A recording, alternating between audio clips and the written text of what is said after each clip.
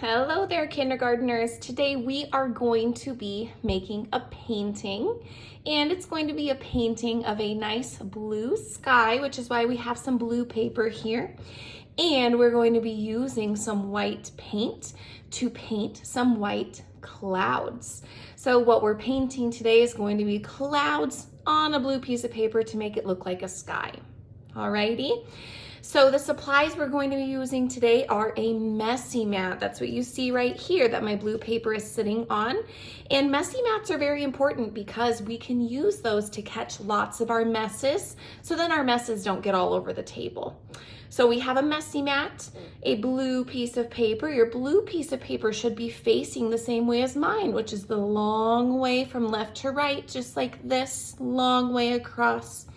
You are also going to need a Sharpie, and you are going to need some white paint here. There's lots of different ways that you could get your white paint. It might be in something similar to this, or it could be on a plate. It just depends on what we have available, okay? You're also going to need a Mr. Paintbrush. Everybody say hi, Mr. Paintbrush. Mr. Paintbrush is so excited to get used today, but before we can even get started painting, we have to talk about Mr. Paintbrush and how to use him. So before we get started with that, let's go ahead and do our first step, which is going to be putting our name and class code on our paper.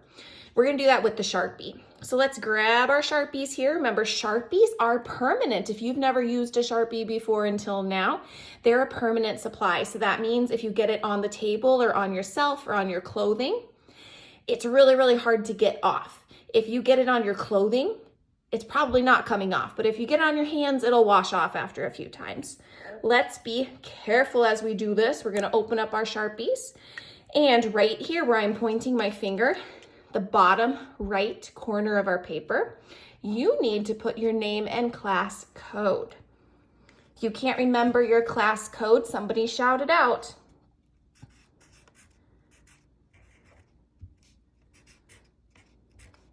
Just do your best to fit it on there. If you can't fit your class code after your name, you could always put it before your name or on top of your name. And that's all we need the Sharpie for, so we can go ahead and close it up and set it to the side. All right, now let's talk about Mr. Paintbrush a little bit. So here's Mr. Paintbrush. There are lots of different types of paintbrushes. So the one that I'm using today is green, but that doesn't mean that it's always going to be a green paintbrush, because we have lots of different types of paintbrushes that we use for different things. But today it is green. So Mr. Paintbrush has a few different things that he likes and that, he doesn't like too, because all of us, like Mr. Paintbrush, have things we like and don't like. So some things that Mr. Paintbrush really, really likes is when we hold him like a pencil. If we hold him way up here, it's really hard to paint like that. So we need to hold him like a pencil, just like this. Now we can kind of pretend that Mr. Paintbrush's part right here that's shiny, we can pretend that's Mr. Paintbrush's face. And right here, this is Mr. Paintbrush's nice head of hair. When we are painting with Mr. Paintbrush, something that he really likes is when we are very, very gentle. Just like this, kind of like just dancing. If we take Mr. Paintbrush's hair and we are not careful and we smash it and we twist it around and we're really, really rough with him, I always joke that we can give Mr. Paintbrush a headache, but you know what? The real reason we have to be careful is because these little hairs right here, if we press too hard or we smash, these can actually get ruined, and sometimes they can fall out. And then that means we would have to throw this Mr. Paintbrush away and nobody would be able to use him again. Okay? When we're painting today, be careful. Please treat Mr. Paintbrush with kindness. Okay? Now remember, I said that we are going to be painting some clouds on our blue paper. Now I want everybody to remember the number 5. Okay? You need to have at least 5 clouds. That means you have to have 5, but you can also have more than 5, okay?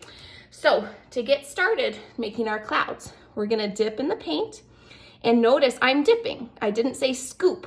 like a bowl of ice cream or a bowl of soup, I said dip. And that's because we want to try and keep the paint only on Mr. Paintbrush's hair so that we don't make a big mess, okay? So now that I have the paint on just his hair, I'm gonna choose a spot for my first cloud. Now remember, you have to be able to fit at least 5, so that means I don't want this first cloud to be huge or the others aren't going to fit. So I'm just gonna pick a spot up here. And clouds can be made by going in circles. See how I'm going in circles? Circle, circle, circle, until I either think my cloud is finished or until I run out of paint, whichever comes first.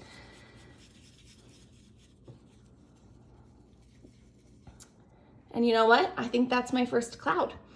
But I did run out of paint too. It kind of happened at the same time. So now I need to get a little bit more paint, choose another spot for a cloud. This time it's gonna go over here. And of course, yours don't have to go in the same spot as mine. You can put yours wherever you want on your paper. And this one, this is where my messy mat is coming in handy because I'm going off the edge here. If I didn't have my messy mat, my paint would be all over the table. There's cloud number 2. Next one, I think I'll go right here. And I am trying to stay away from my name. I don't want to cover up my name or else next time you won't know whose paper it belongs to because there won't be a name on it. Okay, I'm going in circle, circle, circle. This whole time I've been going in circles. There's cloud number 1, 2, 3. So I need 2 more. Let's do, maybe we'll put one over here. And check your hand as you are painting. Are you holding Mr. Paintbrush like a pencil?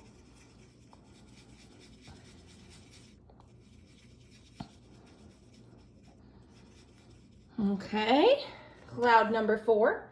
And we need one more, at least one more. And then if you want to add more than 5, remember you can do that.